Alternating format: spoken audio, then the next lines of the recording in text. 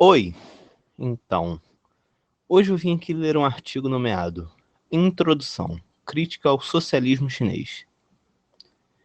Esse artigo foi escrito pelo Bosnia Mimer, um amigo meu, e aí eu achei o artigo dele um tanto quanto interessante e um artigo que tem a ver com os tópicos que eu falo aqui no canal. Então, como eu sempre digo, sem mais delongas, ler esse artigo aqui. Socialismo de mercado e suas consequências foram um desastre para a humanidade. Antes de tudo, não vou focar esse texto em questões humanas. Não falarei sobre os crimes contra civis em Hong Kong. Não falarei sobre os campos de concentração contra uigures, nem mesmo os resultados humanos, bons ou ruins, da política chinesa.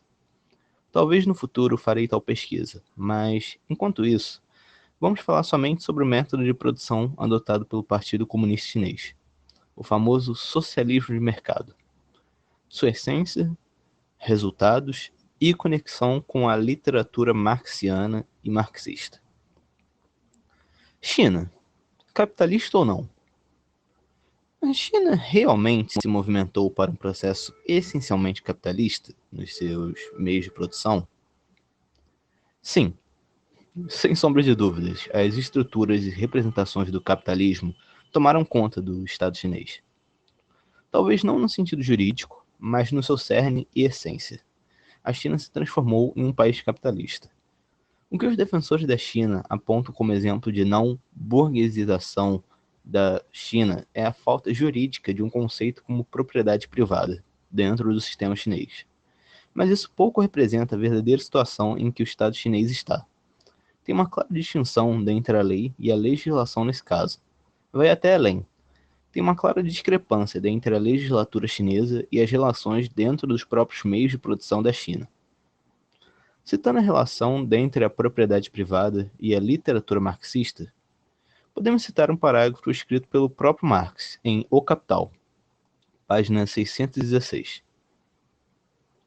O capital, que assenta num modo socializado de produção e que pressupõe uma concentração social dos meios de produção e da força de trabalho, encontra-se, aqui, dotado da forma de capital social, quer dizer, de capital pertencente a indivíduos diretamente associados, forma que se opõe à de capital privado. E as suas empresas assumem a forma de empresas sociais, forma que se opõe à das empresas individuais. Trata-se aqui da abolição do capital, enquanto propriedade privada, no quadro da própria produção capitalista. O que Marx planeja não é uma abolição jurídica e superficial da propriedade privada, mas sim algo no quadro da própria produção capitalista. Veja como ele cita a abolição do capital e no corpo do capitalismo em si, não de forma supérflua, sem notar a nascença dialética do próprio capital, mas sim nas relações e forma dentro do capitalismo. O governo chinês totalmente ignora isso. Ele foi responsável pela produção de um eixo capitalismo, algo fora do jurídico e lei, mas dentro da sociedade em si, sem nenhuma democratização e socialização dos meios de produção, resultando na China ser uma fábrica de banqueiros e bilionários anualmente. O erro do capitalismo de mercado é se fundir. Não, não. O erro do capitalismo de mercado é se fundar em um sistema antidemocrático e antissocializante, ao ignorar as relações e criar em si uma fábrica de erros e falácias capitalistas dentro do socialismo. Ignora todo o caminho que Marx fez para criticar o ser mercado e capital, que criam um conflito dialético entre essência e forma, que se baseia o capitalismo. O capitalismo não é uma briga jurídica de definições sobre o tamanho do Estado, muito menos uma briga contra a sindicalização obrigatória dos McDonald's em solo de nação X ou Y. O capitalismo é as relações dentre a classe dominante e a classe proletária. É a centralização do capital em determinado grupo. É um processo histórico da destruição, obstrução e exemplo e banalização de relações sociais. Ter um povo feliz e sindicalizado não é exemplo de socialismo. Socialismo é o fim de relações materiais dentre comunidades.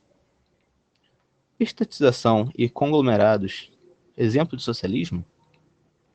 Um conglomerado, como é comum nos estados chineses, é uma burocratização sobre o mercado. A criação de uma camada se transformando em classe. Isso era muito comum em países orientais europeus. A camada social do partido se transformando em uma classe burocrática e centralizadora. Isso pode ser criticado diretamente.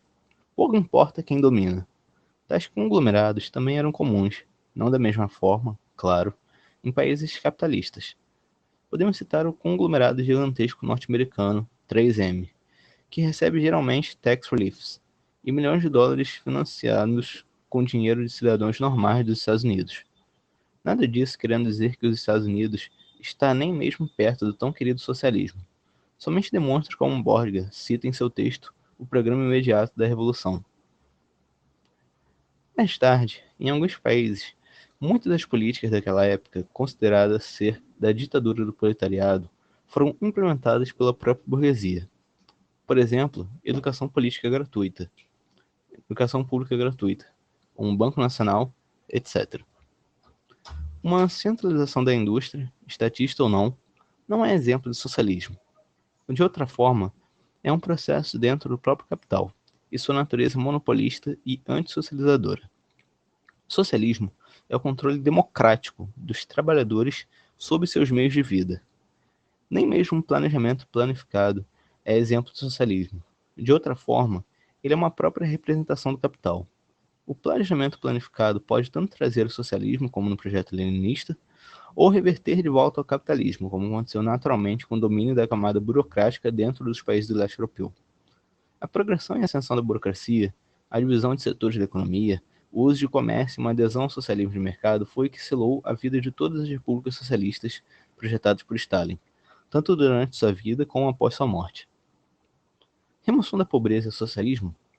A questão da pobreza e sua eliminação também não fazem parte do socialismo. Tais políticas podem ser adotadas por nações capitalistas, tanto que são encorajadas dentro do mundo capitalista a fazerem isso, pela grande função tecnológica do capitalismo, quando ele busca a diminuição da carga horária, tanto como a satisfação de um mercado sempre evoluindo e cada vez mais insaciável. O mercado dentro do modelo chinês busca essa erradicação, mas ter X moedas acima ou abaixo da linha de pobreza está muito longe da vontade do marxismo ou do caminho ao socialismo. O marxismo tem a função de questionar a existência de relações econômicas, e o socialismo está em um processo lento de desvincular as relações econômicas que trazem poder. Ter X moedas não se transforma em mestre da sua vida, não erradica as relações e erros do capitalismo. No máximo, te dá consciência sobre a sua condição de escravo ao capital. Mas a erradicação de maneira bruta é a erradicação da riqueza como conceito, da remoção e análise de conceitos econômicos, da transformação da sociedade contra as regras de expansão do capital. Aumentar a qualidade de vida é reformismo, não socialismo. A China é imperialista? A China é exemplo de imperialismo. Imperialismo no puro sentido da palavra. Não se ancorando em sintomas do imperialismo como escravidão e genocídio, mas ela possui monopólio sobre vários países da África e Ásia. Esses países sofrendo da mesma coisa que a China maoísta sempre odiava, a camada dos comprador. Imperialismo não é a colonização em países brancos sendo malvados. Imperialismo é a total remoção de qualquer sentido de independência econômica de um país, pela exportação de capitais e pela partilha do mundo entre as associações internacionais de monopólios capitalistas, e entre as potências imperialistas, na magnitude de um capitalismo e monopólio mundial, de produção e subjugação internacional de países por todo o globo. Questões jurídicas, como a participação ou não de empresas estatais chinesas, não reconfiguram o monopólio imperialista em algo positivo, mudança de camada e não de classe. Conclusão. O Estado chinês está a anos-luz de um verdadeiro socialismo. A maioria das reformas feitas por Mao Zedong forma para o lixo. A democratização, criada por Mao no final de sua vida, foram cedidas para reformistas e revisionistas. O que temos é sim um capitalismo burocrático e de Estado, muito longe do socialismo de verdade. É a recriação do capitalismo e do imperialismo, com máscaras e personagens diferentes. O projeto vanguardista e socialista tem dois gumes, um levando ao verdadeiro socialismo e o tão sonhado comunismo, e outro levando aos casos tristes que vemos no leste europeu e a terra chinesa. a destruição do socialismo nas mãos sórdidas da burocracia partidária e nacional. Então, é isso. Aí depois ele deixa aqui no final várias leituras a mais para se fazer sobre o assunto. O link do artigo vai estar na descrição, então vocês podem entrar no artigo que vai estar lá no finalzinho outras dicas de leitura quanto a esse assunto. Como eu falei lá no início, artigo produzido pelo Bosna Mimer, aqui para a página dele no Medium. Como sempre, espero que vocês tenham gostado da leitura e até mais.